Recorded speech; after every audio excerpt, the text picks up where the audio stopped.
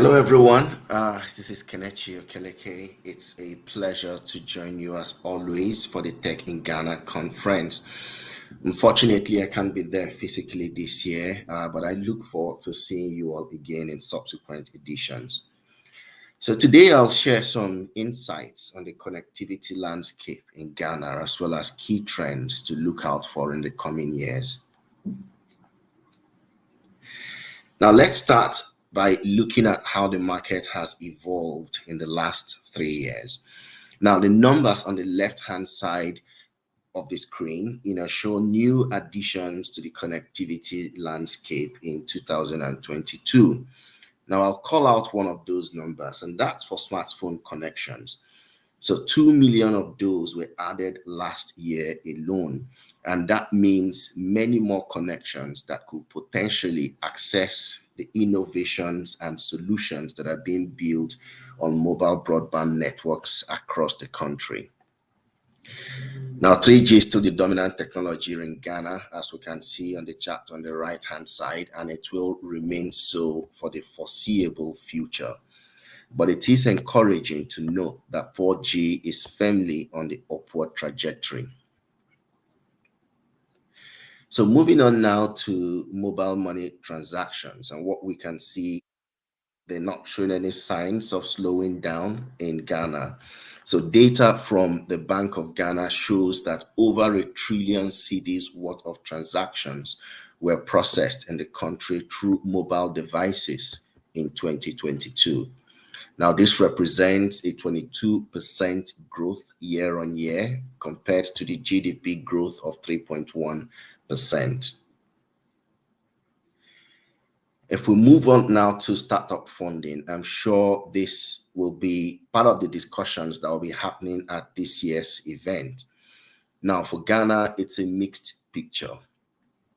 So while investments in tech startups have continued to grow, around 360 million US dollars was invested in tech startups in Ghana between 2019 and October 2023. However, it remains a drop in the ocean, when you compare it to other African countries.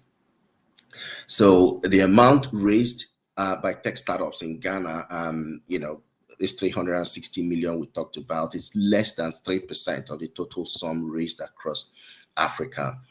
Now, even when you normalize the figures raised in different countries against the population, what we can see is that Ghana is currently underperforming many of its regional peers, including Nigeria, Kenya, and South Africa. All of these countries are raising more dollars per head. I'm sure there will be conversations on how to attract more investments into the Ghanaian market, to support the fantastic solutions that are being developed, in the course of this year's event. So looking ahead, I want to highlight two technologies, to keep an eye on both in Ghana and of course the wider region. So the first one is 5G. Now the map shows that 30 operators in 17 markets across Africa have now launched commercial 5G services. Now Ghana is still missing on the list. However, the expectation is that progress will be made in this area in the near future. And this is quite important, for the country not to miss out on the benefits of the technology. Talking about the benefits of 5G, it's not just about faster speeds, as has been the case with previous generations. 5G comes with new capabilities that actually provide opportunity to develop solutions, across pretty much every sector of the economy. If we look at the figure on the right side of the slide, we can see the many different sectors that can benefit from 5G technology. So in Africa, for example, we'll be looking at sectors such as education, agriculture, utilities, healthcare, and public transport. The list is almost endless. So it's very important, for innovators in the room to be aware of this. For many, the question might be, why are we talking about this when we don't yet have 5G connectivity. Well, the important thing to note, is that for 5G, when it eventually arrives in Ghana to take root, it will rely on use cases that have been developed for the local market. And who is it to develop these use cases? Of course, the country's local innovators. And so this is the time to start understanding, the capabilities and potentials of 5G technology and start thinking about, solutions that can help address challenges in the country in ways that existing technologies may not be able to do. So if we move on now to the second trend, and that is AI. So AI has risen to the top of the agenda for many innovators, established companies, governments, and so on.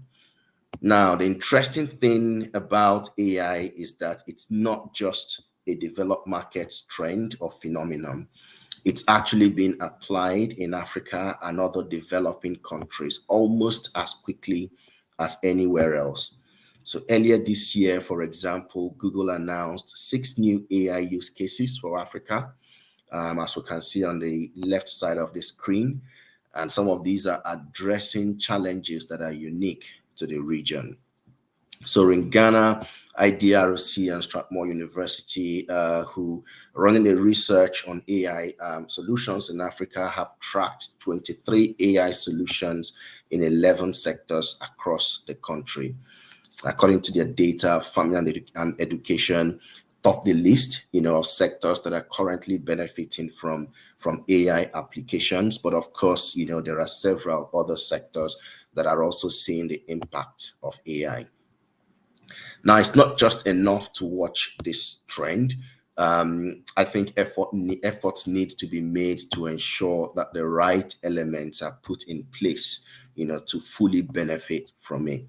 Now, these efforts include having the right data sets to train AI tools, having an educational system that prepares students and the existing workforce to leverage this technology, and of course, having the right governance framework to protect the personal data of individuals and vulnerable communities, but at the same time, also encouraging innovation. And here I will, like to end on the slide I usually, end my presentations with, and that is a slide that reminds us that there